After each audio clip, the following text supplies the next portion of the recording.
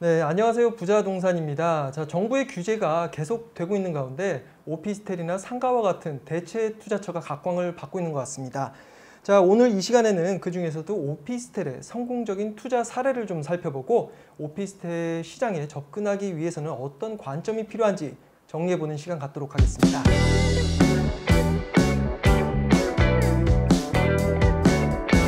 이제 아파트와 달리 오피스텔 세율이 상대적으로 낮아졌습니다. 그래서 좀 대체 투자처로 관심이 높아진 것 같은데, 아파트를 예를 들면 2주택자 같은 경우는 8%라는 취득세, 또 3주택자 같은 경우는 12%라는 취득세가 부과가 됩니다. 그렇죠. 그러나 오피스텔 같은 경우는 비주거용 주택이기 때문에 4.6% 정도의 취득세가 부과가 되기 때문에 상대적으로 적은 투자 금액, 진입 장벽이 또 낮아지는 효과가 있기 때문에 지금 이런 오피스텔의 수요들은 계속적으로 증가를 하고 있다라고 평가를 해보겠습니다. 네. 실제로 좀 거래량도 많이 늘어난 걸로 알고 있거든요. 서울은 5천 건이 넘었어요. 작년 대비로 수치상으로 보면은 전년 대비 56.3%가 되고요.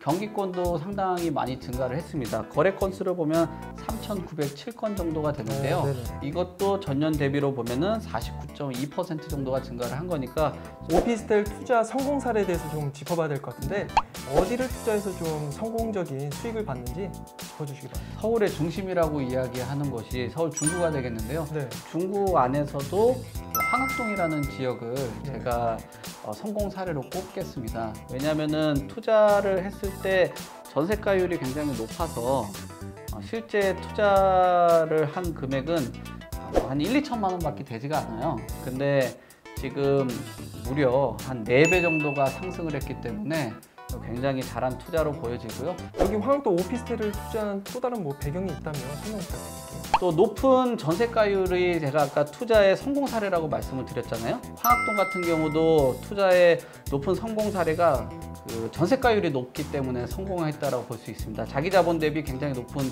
수익을 가져올 수 있는 게 이게 오피스텔이라고 볼 수 있고요. 황학동 같은 경우는 공급이 제한적으로 나올 수 있다라는 입지에 있기 때문에 투자했을 때 성공 사례로 볼 수가 있고요. 또 지금 주차장법이 2019년 3월 1일부터 일정 부분 개정이 됐습니다.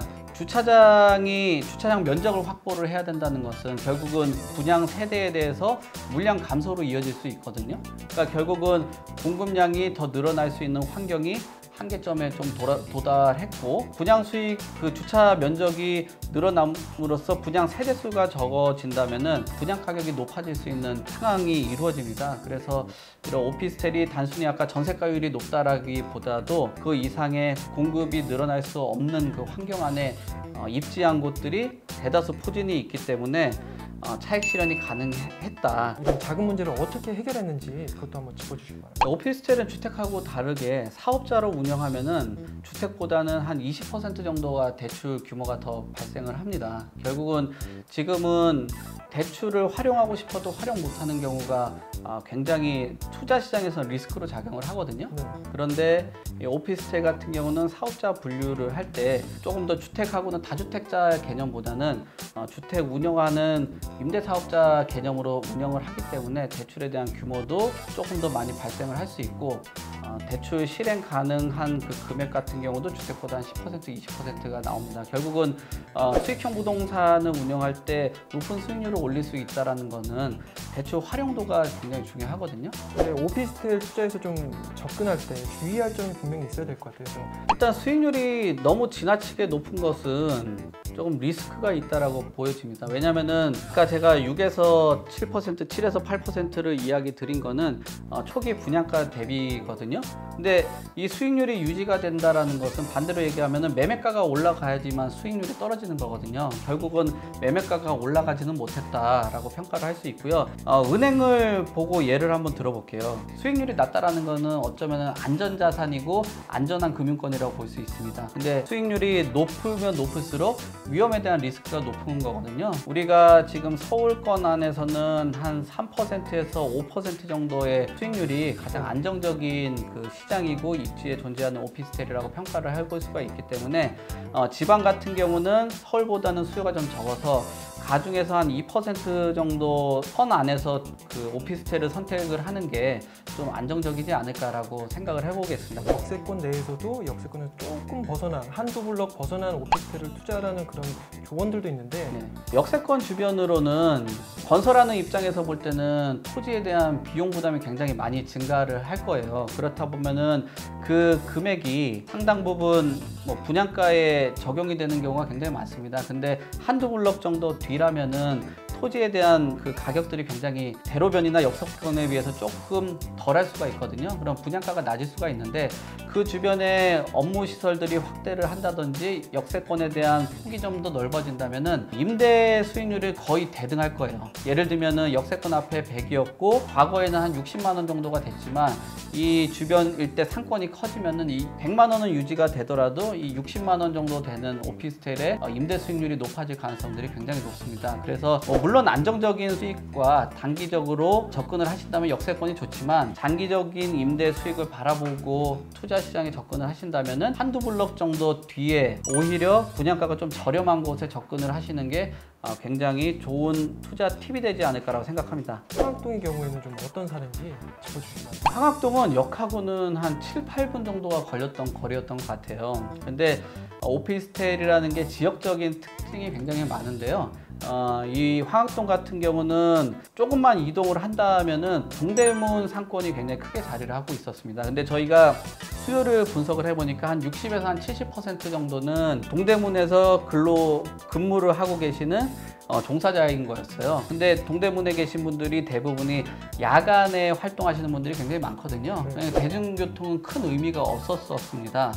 그렇기 때문에 지역적인 그 특징들이 굉장히 있는 거죠. 그러니까 단순히 역세권이라고 해서 높은 수익률을 가져오고, 물론 그 황학동에 있는 것이 역하고 가까웠다면 매매가나 분양 가격이 굉장히 높았을 거예요. 그렇다면 일단은 황학동 오피스텔 여기에 이제 투자 수익률은 좀 어느 정도 되는지. 월세를 활용해서 투자를 하신 분들은 지금 한 7에서 8% 정도의 수익을 발생을 하고 있어요. 지금 은행에서 예금 금리가 뭐 한 1% 위아래 정도로밖에 되지 않고 있고요.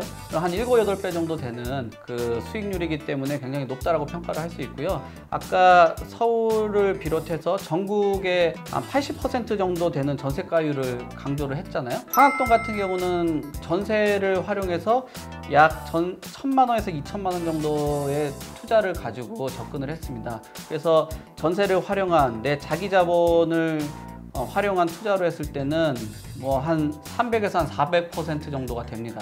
그러니까 굉장히 높은 수익률인데요. 이런 수익률이 발생할 수 있는 입지 여건이나 그 트렌드들을 파악을 한다면은 아직도 그 투자에 대한 자본들이 몰려갈 수 있는 곳, 또 그 수익을 과거보다는 좀 떨어질 수는 있겠지만 수익을 기대할 수 있는 부동산들이나 오피스텔은 충분히 존재를 한다라고 평가를 해보겠습니다. 오피스텔 인기가 언제까지 어느 정도 지속될지. 오피스텔 같은 경우는 만 19세 이상이면 제한이 없습니다. 그래서 청약에 대해서 도전을 해볼 수 있는 것도 장점이고요. 지금까지 로또 청약이라고 계속 불려오고 있는데 이 청약을 포기 못하는 3040 세대들도 있단 말이에요. 자산 증식하는데도 한계점이 있기 때문에 어떤 투자의 대안을 찾아야 되는 거죠. 근데 이런 오피스텔을 만약에 투자를 한다고 해도 주택수에는 포함이 되지는 않아요. 그렇기 때문에 투자에 대한 대안으로서 굉장히 떠오르다는 게 큰 장점이라고 볼 수 있고, 가격을 가지고 운영을 한다면 1순위 청약 자본도 유지가 되기 때문에 많은 젊은 수요층도 이 오피스텔 시장에 뛰어들고 있다라는 게 보여지고요. 지금 인구 구조를 살펴보더라도 1인 가족들이 계속적으로 증가를 하고 있는 상황이에요. 결국은 뭐냐면은 수요가 증가하는 곳에 가격 상승을 동반할 수 있는 그 요소들이 작용을 하기 때문에 한국은행에서 0.5%로 동결을 했잖아요, 금리를. 그러면은 1% 중반 아니면 2%까지 올라가기 전까지는 오피스텔의 인기는 계속 이어지지 않을까라고 생각을 합니다. 왜냐하면 과거에는 오피스텔이나 이런 시장 자체에 돈이 많이 안 몰렸던 것은 시세 차익이 가능한 아파트 상품들이 굉장히 각광을 받았거든요. 근데 지금은 시세 차익에 대해서 일정 부분 환수하는 부분이나 세금에 대해서 조세 강화가 이루어지고 있잖아요. 근데 오피스텔 같은 경우는 기존에 했었던 그 시세 차익보다는 그 안정적인 월세를 바라보고 투자하시는 부분들이 많았어요. 결국은 은행에 있는 금리가 굉장히 낮다라는 것은 은행에 돈을 넣는 사람들은 대부분 심리는 그렇습니다. 안정적으로 뭐 이자를 받아서 그거를 생활하려고 하시는 분들인데, 근데 이자 수익이 거의 안 나온다는 거예요. 그러면은 이자 수익보다도 일정 부분 생활할 수 있는 자금들을 운영을 해야 되는데, 그런 운영할 수 있는 대안의 투자처들이 뭐 주식이나 부동산들이 되어 있는데, 그 부동산 안에서도 아파트나 주택은 규제가 굉장히 많습니다. 그러면은 규제에서 좀 자유롭다고 계속적으로 평가를 하는 이 오피스텔 시장으로 조금 돈이 몰려 들어올 수 있고요. 또 예금